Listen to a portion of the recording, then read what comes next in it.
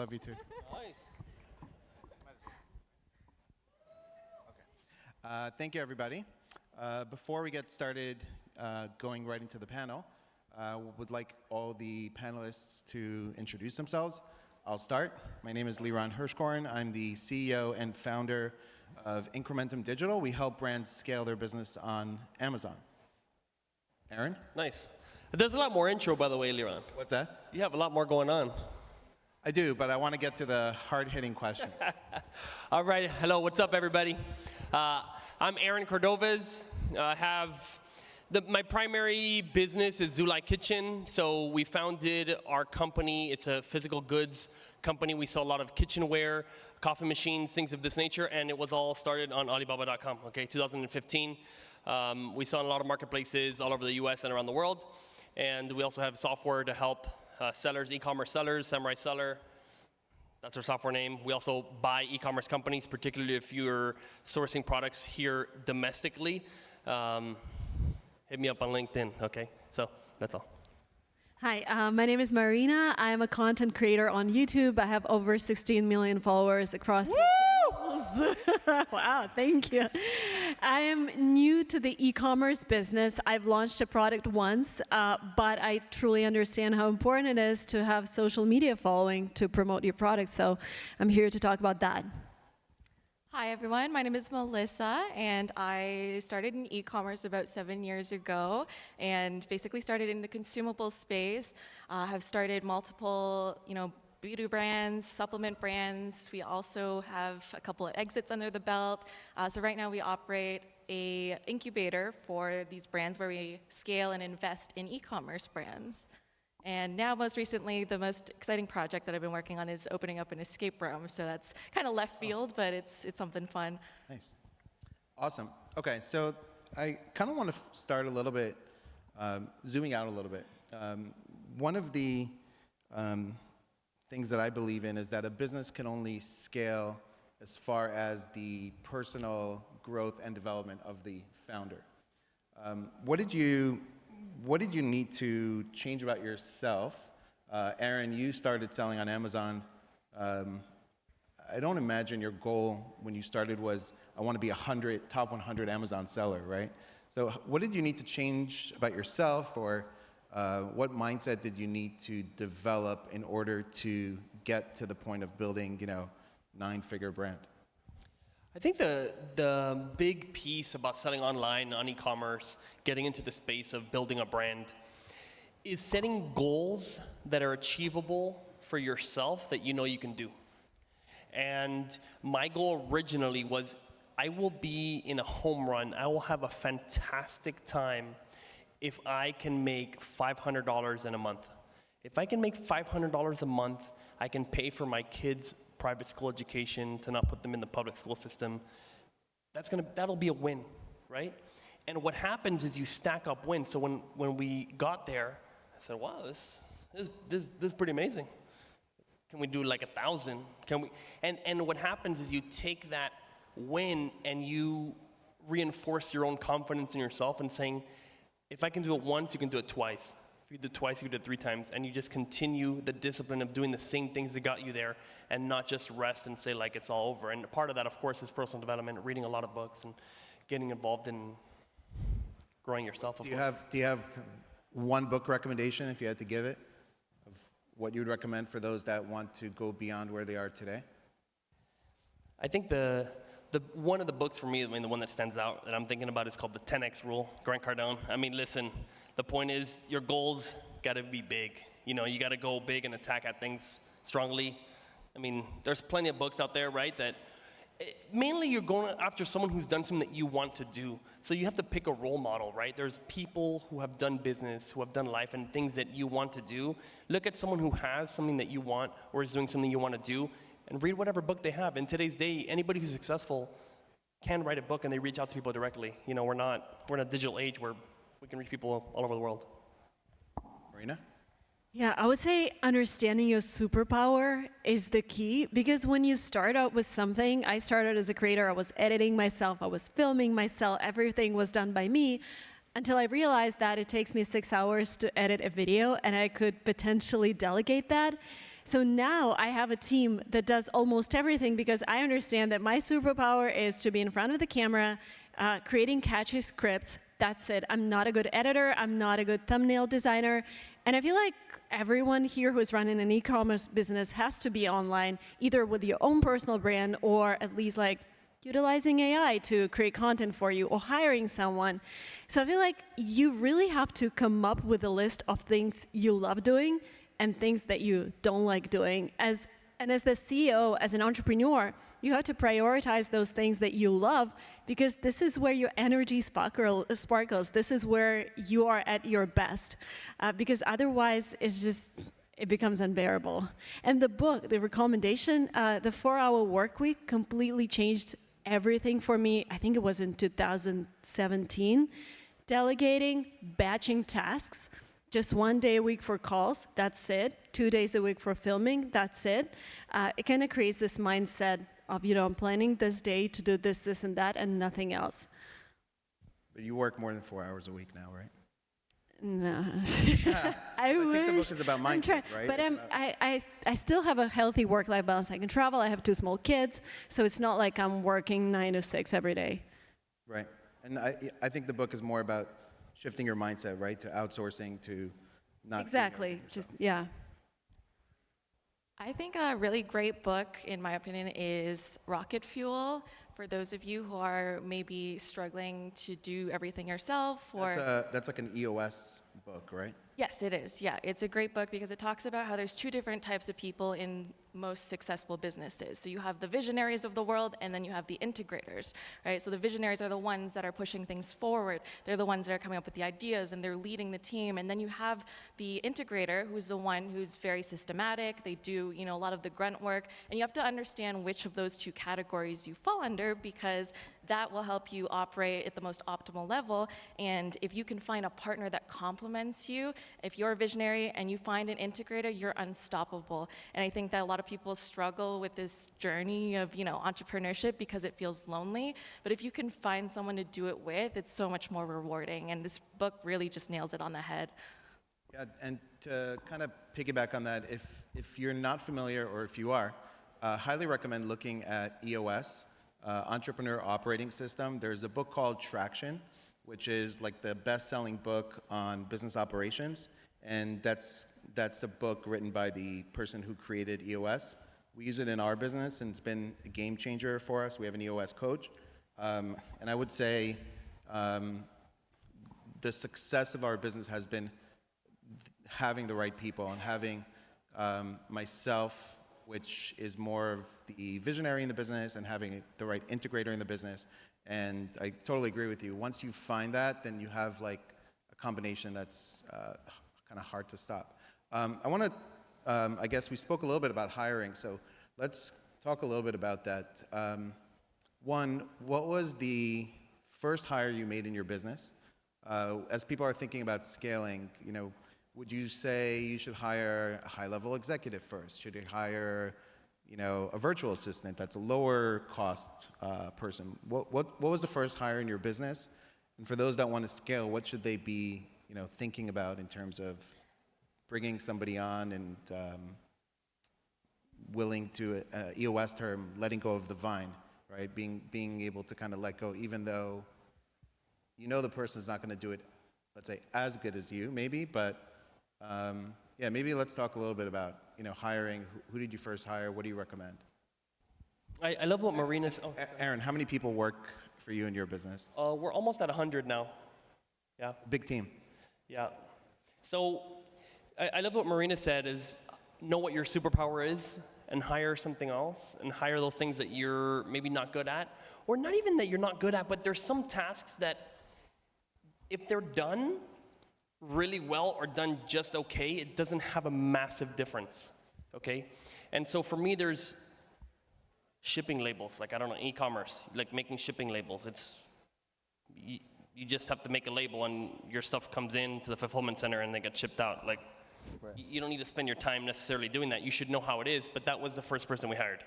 I'm from Venezuela, and I wanted to give jobs and hire people out there, so I went and called people and I said, hey, you want to work for me? And we got a person, and they did labels, and they made shipments, and they tracked shipments. Like, no matter how well you do that, you're not going to have a massive change in your business. So really take the tasks that are, let's call it $5 an hour, $10 an hour, $20 an hour task, whatever the task is in your business, assign it a value, right? If you were to get hired out to do this, how much would you be charged, right? So if you're developing a product line, if you're planning a marketing campaign, if you're doing a video, some influencers might get $10,000 for a video, $500,000 for a video.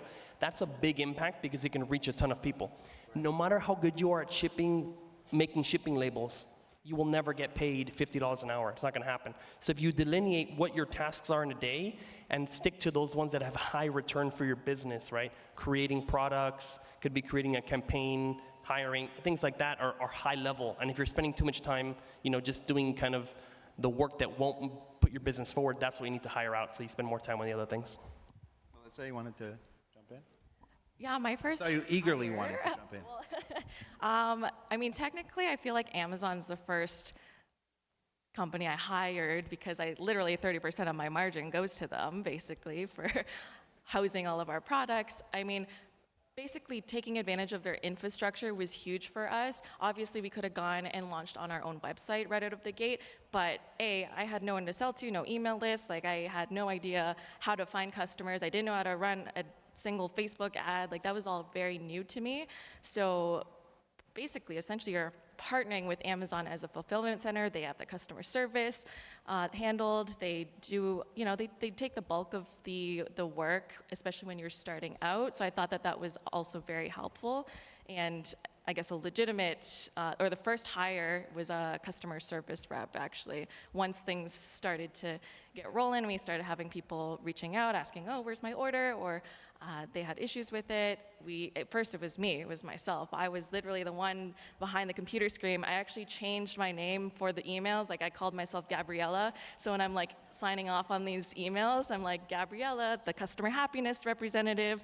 That was me. So like the CEO was answering to all these customers. But I learned so much from actually doing that grunt work because you talk to the customer, right? You're gonna figure out what's going on at the front lines, and then eventually you are gonna want to offload that because at the end of the day, if you wanna scale to 7, 8, 9 figures, you can't be answering all of those emails yourself anymore.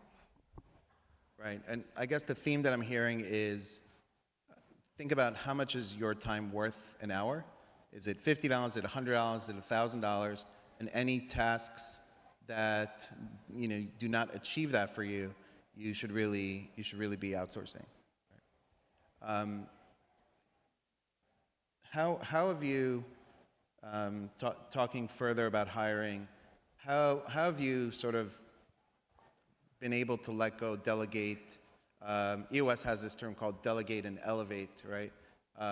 Bring people up in your team, giving them responsibilities and also holding them accountable, right? Like what systems do you have in place?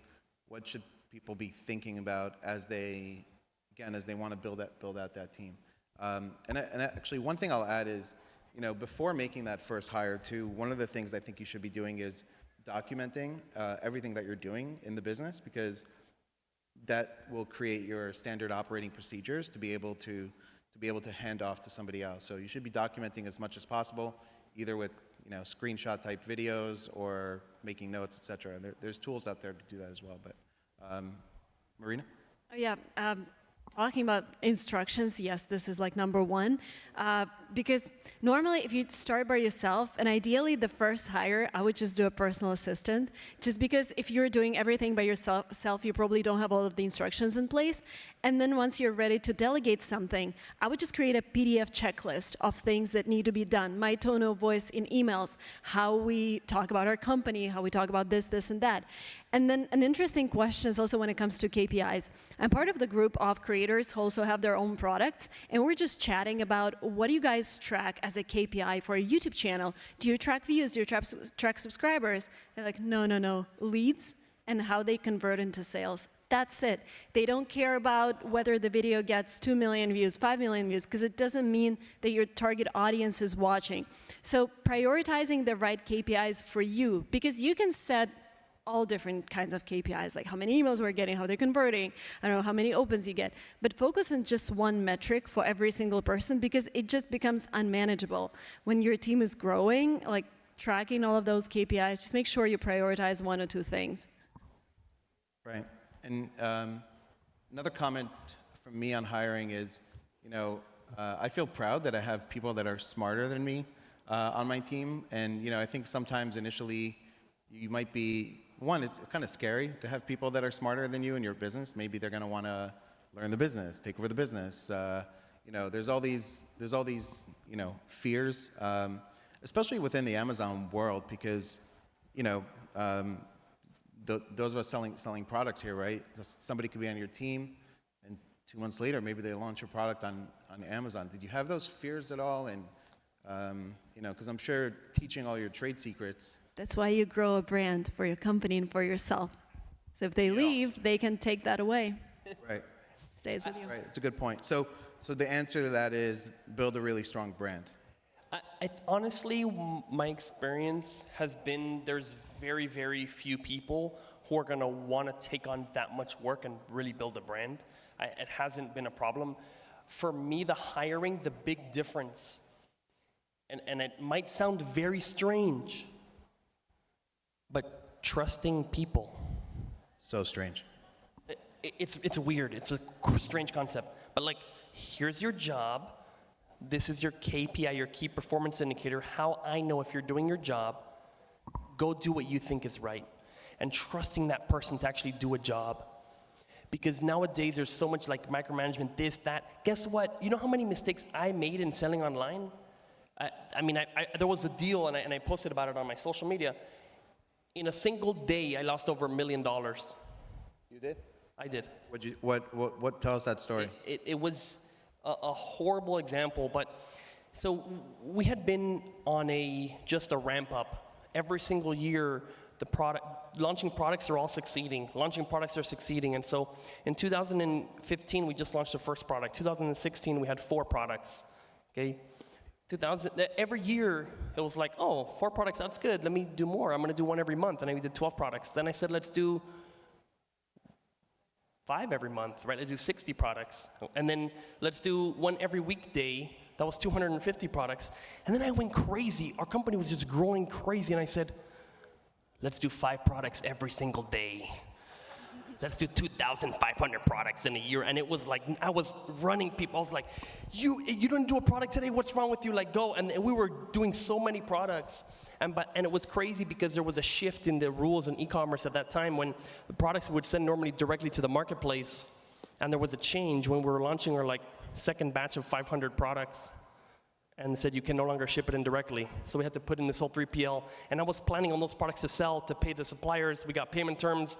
There was a huge explosion. We liquidated literally over $1 million of products that was liquidated. We lost a ton of money. That happened in 1 day when I just said, this is what we're going to do. So how is it that I would go and hire somebody and tell them, hey, go work it out? If they make a mistake for $5,000, you're going to fire them? No, mistakes is part of learning. If someone makes a mistake the first time, hey, I made the same mistakes. I made bigger mistakes. But it's saying, you can learn in that position. You can make a mistake 1 time. Don't make it the second time. But letting the person go and trying to figure out the job, and that's what a lot of people get upset on their own. When they have a job, they say, my boss won't let me do this. I can't do this. I have these ideas. This big corporation, I can't implement my ideas. No. Let people try the ideas and see how it works out in their performance. Gabriella? What was the question, sorry? Oh, the customer service. I called you by your customer service name. The question was in hiring, how do you hire? Like, what are the tricks to actually hiring and building out a team? And giving your team the kind of authority and power to, make decisions, to kind of let go, I guess. You definitely want to incentivize the people that you work with, and I think that partnerships are so important, like not just about your manufacturer, for example. I think that social currency is super important. It's almost more important than, actual currency. If you don't have the money to be able to start and grow a business, at least you might be able to pull some favors from people that you do have social currency with. So we actually had a relationship with one of our old manufacturers for one of our previous brands, and we decided we wanted to partner with them and really incentivize them by giving them equity in our company. So this was a unique way to position us as, front of the line. So if we ever needed anything, if we were running out of stock more quickly than we thought, or that we needed something done really quickly, they would prioritize us because it's also their business. So by partnering with our manufacturer was a unique way for us to structure, and give them almost input in our business, and then they would give us basically all the information, like, okay, these are the next best-selling products, or we're going to be coming out with these new formulations, and we're the first people that they bring it to, so we can be first to market with them. So it's really, really cool to have that sort of relationship. But in terms of hiring and building the A team, your Avengers, well, it really just comes down to asking the right questions and then finding people who are resourceful and not going to be like, oh, you have to tell me what to do in order to move forward. And a lot of people, they like to be told what to do, but some people also operate in this realm where they love the creativity. They love the freedom to be able to grow with you.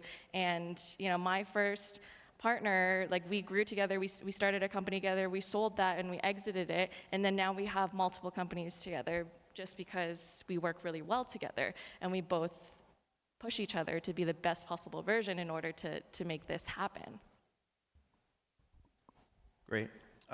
Talking about growth, how important has focus been in your business versus opportunity, or how do you decide on sort of separating between what's an opportunity versus a distraction? I'm sure that Marina, for example, right? You have a tremendous following, and probably you get hit up in a variety of fronts on, hey, let's do this business together, let's do this business, because people want to partner with you, I imagine, because you have a big audience.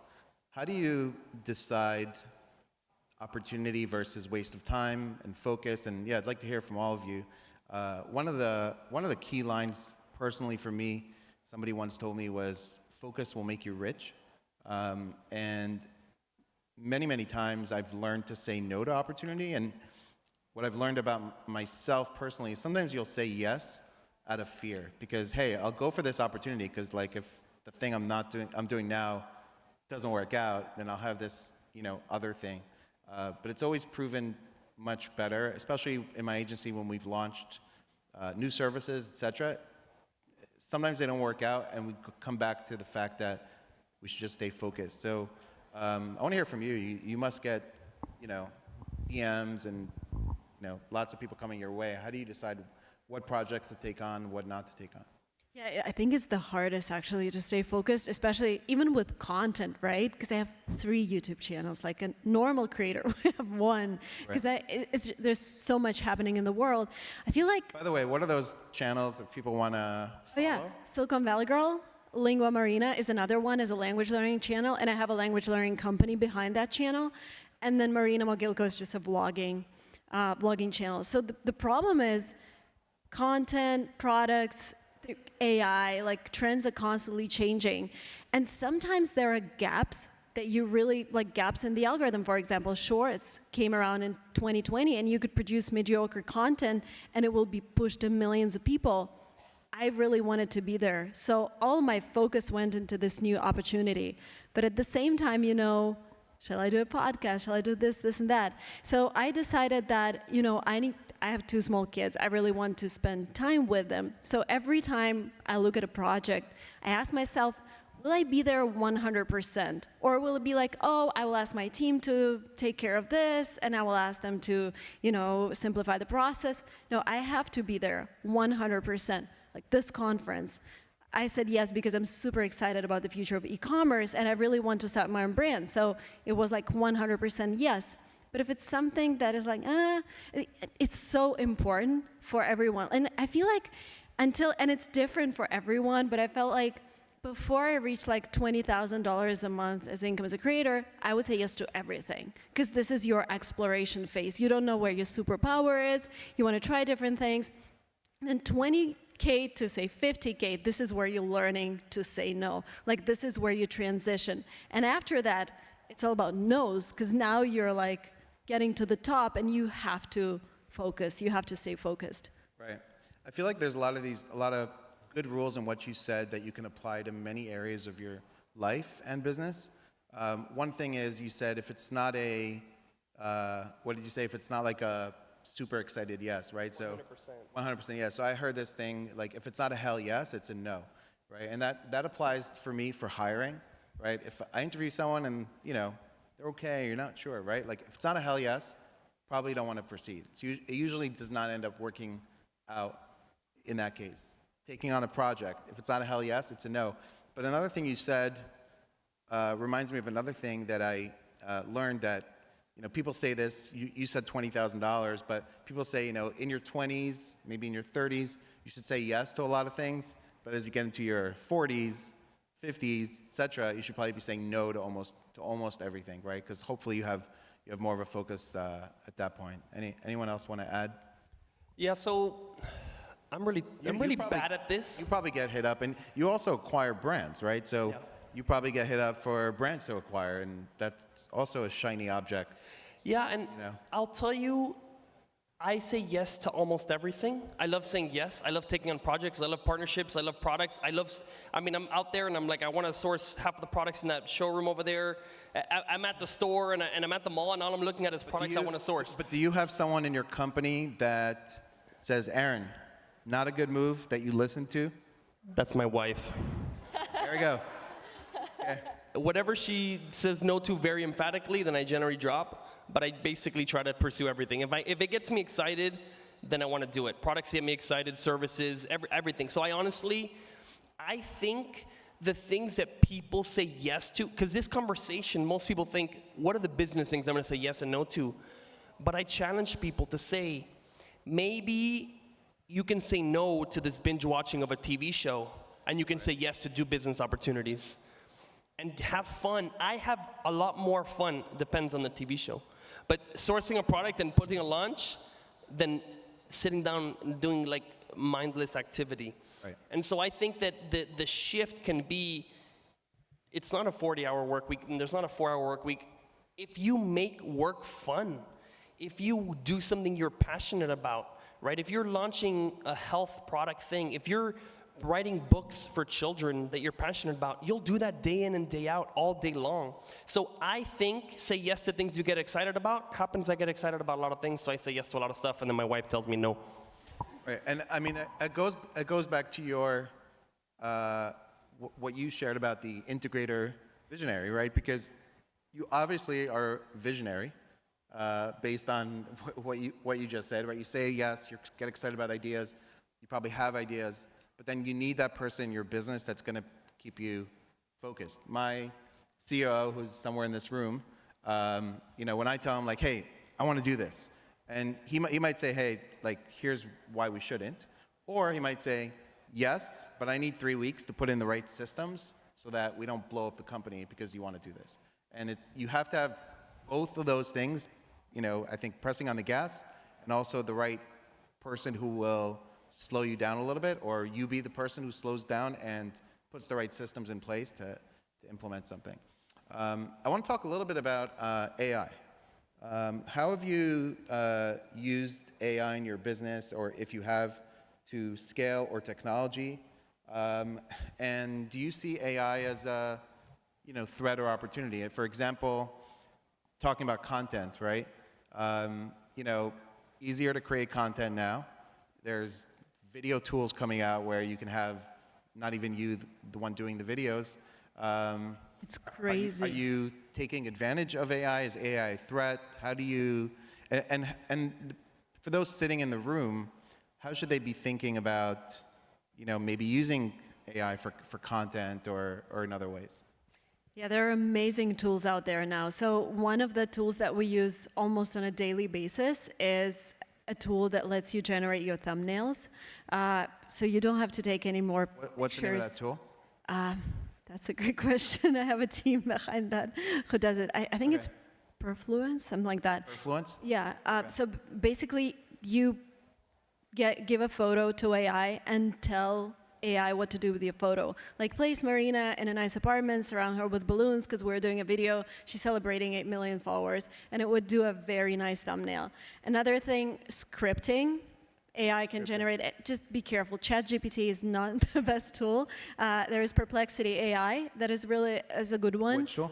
Perplexity AI. Perplexity? Yeah, it's good for doing research because it lists all the sources. ChatGPT will just throw information at you, and then it might not be 100% true. But Perplexity AI will give you all the sources that it's using. Descript is another cool app that clones your voice. So all of the podcasts, just imagine, the script can be generated by Perplexity, read by Descript, and an AI-generated thumbnail. You don't have to be there. Like, my goal is to clone myself. And in 2 years, I will be the producer of my own content. I will tell my AI version what to talk about. Right. And I feel like Sounds that's funny now, but, you know. this is where I feel that like this is where it's all headed. Also, we were able, in my educational company, we were able to hire people who speak intermediate English to do sales and customer support because they can use ChatGPT to check everything. And you pay they cost like $10 an hour. So for some repeated jobs, it really makes sense to just outsource that. I'll share, those are all great tips. I'll share a few things we're doing in my company utilizing AI. One, we use a tool called Meet Cody. It allows us to give it, upload all of our standard operating procedures into it. And then our team, we have about 75 people on our team. Our team can actually, instead of trying to find something in SOP, they actually go in and search Cody and they ask it questions and just interacts with our SOP. So it's all our data, and they use that. We also utilize Claude, which is in Slack, which is like a ChatGPT, but you can use it right within Slack for communication. We also have a team overseas. It's very helpful. We have a sentiment checker. So in our company, our clients are with us in like a Slack channel, and we can have ChatGPT read all the client-only communication and give us a sentiment score monthly. So if the client's using certain language, I have concerns, certain things, so we get a score, and it can help us potentially find issues within the channels. I also have ChatGPT reading every single one of my emails every half hour, and then it categorizes them into tabs, into labels in Gmail with action, read, waiting for, meetings. I have an assistant also who kind of verifies that, so everything goes into also for review, but it saves her a lot of time in categorizing my emails. And you could do a lot of this with tools like ChatGPT, and then using something like Zapier or Make.com and integrate kind of a few tools together and have it work. And it's super cheap. We pay for the API, and it could be pennies to read my email. So how about Aaron, Melissa, utilizing any AI in the business? We use AI pretty much almost every day in our business now. It's essentially cutting back all the fluff and all the tedious work. So we actually use it a lot for copywriting, especially in the Amazon world. You're familiar that the name of the game is SEO, indexing for the right keywords. So we can use tools like, I know Brandon Young is here, we use Data Dive to find out which keywords to target. We'll basically copy and paste all of those keywords into ChatGPT and ask it to write me a product description or bullet points and integrate these keywords throughout. And it does about, I'd say 80–90% of the work, and then obviously you have to go in and you can comb through it, but you can also, make it funny, you can give it a voice. Before, when we first started out, we actually hired a comedian to write all of our stuff, so we thought that was, an interesting way to give your brand a voice, where we actually paid someone who is actually funny, because I'm not funny. I was like, I can't do stand-up, there's no way that You don't say. Well, that's why you hire the people that are good at the things that you're not good at. So when I basically found this comedian, and we noticed that overnight we were seeing, a lot more opens. They were, basically a lot of clickbait, that type of thing. So sort of related to creating content for you when it comes to e-commerce, we have to split test a lot of that stuff as well. And by using ChatGPT, now I can ask it to write me 30 headlines for an email to send out to my audience and make it fun and make it. Can you ask it to sound like a comedian, like ChatGPT, but sound like a comedian? Exactly, yeah. Or you can give it a voice. You can say, oh, like, can you write me a caption that sounds like Crystalia? Or you can actually name like famous comedians and it'll write it in their voice, which is crazy. That's amazing. I feel like I'm getting old. AI is too much for me. Much? Yeah. Yeah, no, I literally don't use AI for anything, but some people on my team do. I've done tests, for example, like, hey, write me for this marketplace title, write me a title, and I've had people come and show me, hey, look at this, and I look at it and I go, this title's terrible. And you asked another question, like, is AI a threat? Anybody who's seen Mission Impossible, the answer is yes. I mean, listen, I don't. I can say to ChatGPT, like, hey, look through these Zulay products and make them better, or right, like. Potentially, do you see that as a threat, or is your product development team using things like Midjourney and AI to come up with designs? The images are amazing. I have seen some editing with images. It turns out very, very good. And I think that's probably the one that's the most robust, because in image editing, there's a lot of tedious work. And in the copywriting, I haven't seen it to be good enough for me, right, for my standards. But at the same time, when we have a bulk of so many products, either way, it's a person doing it, and they may not be trained good enough. So I don't use it personally, the truth is, but there are some people on my team that figure out different things. I'm interested. Did you actually publish a podcast of, like, the AI version of yourself? We did bits. So, for example, if I do like a brand deal and the brand comes back and says, oh, we want to change the messaging, and I'm traveling, so my team will just use my AI-generated voice to create a voiceover of the things they wanted me to say, and it sounds 95% like me. I mean, I think that's part of the threat. I know it's funny, like, it's not talking about, like, AI threat thing, but the truth is there's a lot of impersonation, and there's a lot of things that can happen in the future where Liran told his employee there was yelling at him in the bathroom or something, and someone made that up, right? So I think the threat is in people thinking it's real when it's not, and I do think that is coming. And in media and editing, there's so much of that already, and I think we'll be seeing a lot of that. I think we'll see both legislation and tools that will allow you to authenticate. Verify, yeah. Verify. The founder of OpenAI just came out with something called WorldCoin, which is a digital cryptocurrency to be able to verify your identity for being you. And AI is going to solve that. And AI will authenticate however they do it. Like, in the end, all of these authentication and proving can also be hacked. There can't, like, anyway, I think there's going to be a point where you can't just say it was verified or not by some system, because at the end of the day, that system can be hacked as well. I'm a programmer by trade. I did programming before I got into e-commerce, and anything can be hacked. Imagine telling ChatGPT to create a list of best-selling products, A/B test ads, or like Facebook ads, Amazon ads, what's selling best. Order that product from Alibaba and just run the whole business for you. Yeah, and it does we're all dead. We're all gone. We have no business. There's actually a guy on Twitter. You could probably find the Twitter thread who said to AI.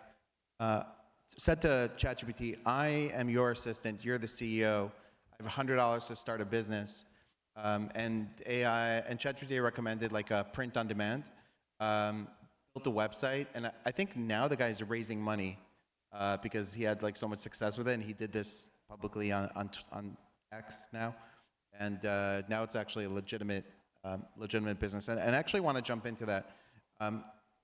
There's probably people sitting here, they have physical product stores or selling in e-commerce, and they want to build an audience. Where would you start today if you want to get a following? There's all these different channels, right? TikTok, Instagram, YouTube, X, Facebook, LinkedIn. Where would you start if you have a product and you want to build an audience? And what do you think the biggest mistakes people who are making in terms of their content? In in my mind, I think the biggest mistake is if you have a product brand, you just talk about your product instead of like trying to find an audience for something and then how your product can sort of be weaved in along the way. But where would you start today? Like, let's say you had a kitchen brand, you wanted to build an audience. What would you do tomorrow as soon as you got or whatever, next week? Absolutely. So short videos. The algorithm is still, like, there is still more demand than supply. So it's very easy to go viral with short videos. And I know a lot of creators who just started 3 weeks ago, and they already have 10,000 subscribers just because they've been posting every day. YouTube Shorts? YouTube Shorts or Instagram Reels. The format is slightly different, but what we see is that the same video performs on every platform. And what's really important, yes, think about your audience versus thinking about yourself. So for example, you're featuring a product. I was making this short video, so we have this language learning app, and instead of just doing like a video, let's review this app, what's inside, I made a video, 5 language learning habits for non-native English speakers. And I was just showing my day. Hey, I'm a non-native speaker, and these are the top 5 things I prefer to do every single day to work on my accent. 1, 2, 3. All of those things featured the app. And we got 5,000 new users. So this is how it works. You focus on your audience's problems versus focusing on just, let's review the product, it's amazing. And then be slightly controversial. Like, there has to be something. Like, I did this video about what kids eat at schools in the US. And I could do like, let's look at a typical meal. So what was your in an American thumbnail or title? Call the Americans fat. So there are no thumbnails on shorts. No thumbs but up. I was complaining because I come from a country where we really care about healthy food, and I did a tour of American school, and it was like burgers and fries. Right. So my video was called "What's Wrong with American Schools?" And I was like, let me tell you, this was my first tour. I come from a foreign country, blah blah blah. It was like 10 million views. So I could have called it in a different way, like, oh, let's tour an American school. Boring. So it has to be controversial. There has to be something where some people would disagree and tell me like, hey, burgers are great. And some people would be like, oh yeah, I agree. So what was your hook? What's wrong with American schools? Oh, what's wrong with American Yeah. schools? So think about this hook that's gonna create this mode around your video for the first 3 seconds. They're really important. Let's talk a little bit about tools and tech, and obviously we're here at Alibaba conference. How have you leveraged, let's say, technology in terms of sourcing, looking at products? Aaron? I mean, people, there's this, I think a bit of a lie, a rumor that is spread sometimes that Alibaba is like for the small newbies, right? And I will tell you that at the size we're at now, we are on Alibaba.com every single day. We are there looking at products, looking at trends, because realize even if you have a great factory for a product, the way that the sourcing works is that a factory is good at a certain thing. The factory has their own superpower. There's a factory, and they might be good just at making TVs. And unless you're gonna only sell TVs, you will need to find another factory. And the way to find the factory, I'm sorry, but these things, most of them are not made here in the US.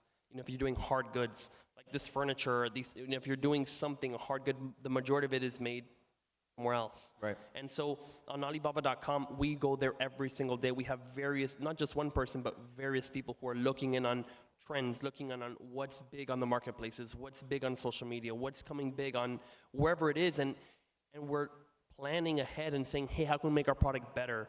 And sometimes you can be working with a factory and you're gonna need to find a different one. And you have massive, huge, there was this Verified Pro program. They have, and I was talking to Alibaba, and they were saying when they do a verified check for the suppliers, that is a factory you're working with. Now realize that a factory you're working with, it means they produce certain products, but they're not gonna produce everything. So we work with probably, I want to say, over 75 different factories, and the vast majority of them we have found on Alibaba. So, I mean, how do we use it? We connect with suppliers and find people who make products. And those guys are startups too. So the way we look at startups is like, Silicon Valley, like the TV shows and this. Silicon Valley Girl? Yeah, it's whatever. It's like the stereotypes, but realistically, startups, there are startups here, and just how I have a startup, Right. the factory can be a startup, and they can create and patented a new technology for some microphone that does some sort of, I don't know, it does some echoing or some vibration. I have no idea. But that factory can be just popping up, and you can connect with them, and the way that you connect with them is through Alibaba. So I think that if you're going to be on the pulse of e-commerce, you need to be on there frequently. Yeah, I personally I've used Alibaba since 2015. One of the things I found Alibaba really helped me with was, number one, speed, because I would go on usually at night. I live on the East Coast, New York. I would go on at like 9, 10 o'clock at night, and it's morning in China, and I'll be able to literally chat with the suppliers right there, talk to them, negotiate. By the way, my trick was I was not the owner, I was the buyer. When I wanted to negotiate, they would give me a price. I would say, well, board didn't approve that price, so I apologize. That's a little hack on negotiating. Appearing bigger, it's good. And also, I would always ask for pricing on, okay, what's the minimum order, but also what's the container size for my second order? So I would get kind of the future price, and I could think about my margins on my first order may be less because I'm ordering less, but what are my margins going to be when I can place a container type order?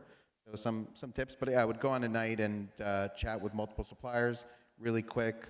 And then I saw a lot of the announcements today on image search and the ability to view the factory, and a lot of updates obviously since then. One big tip in requesting quotes is you get multiple people, chat with a lot of suppliers.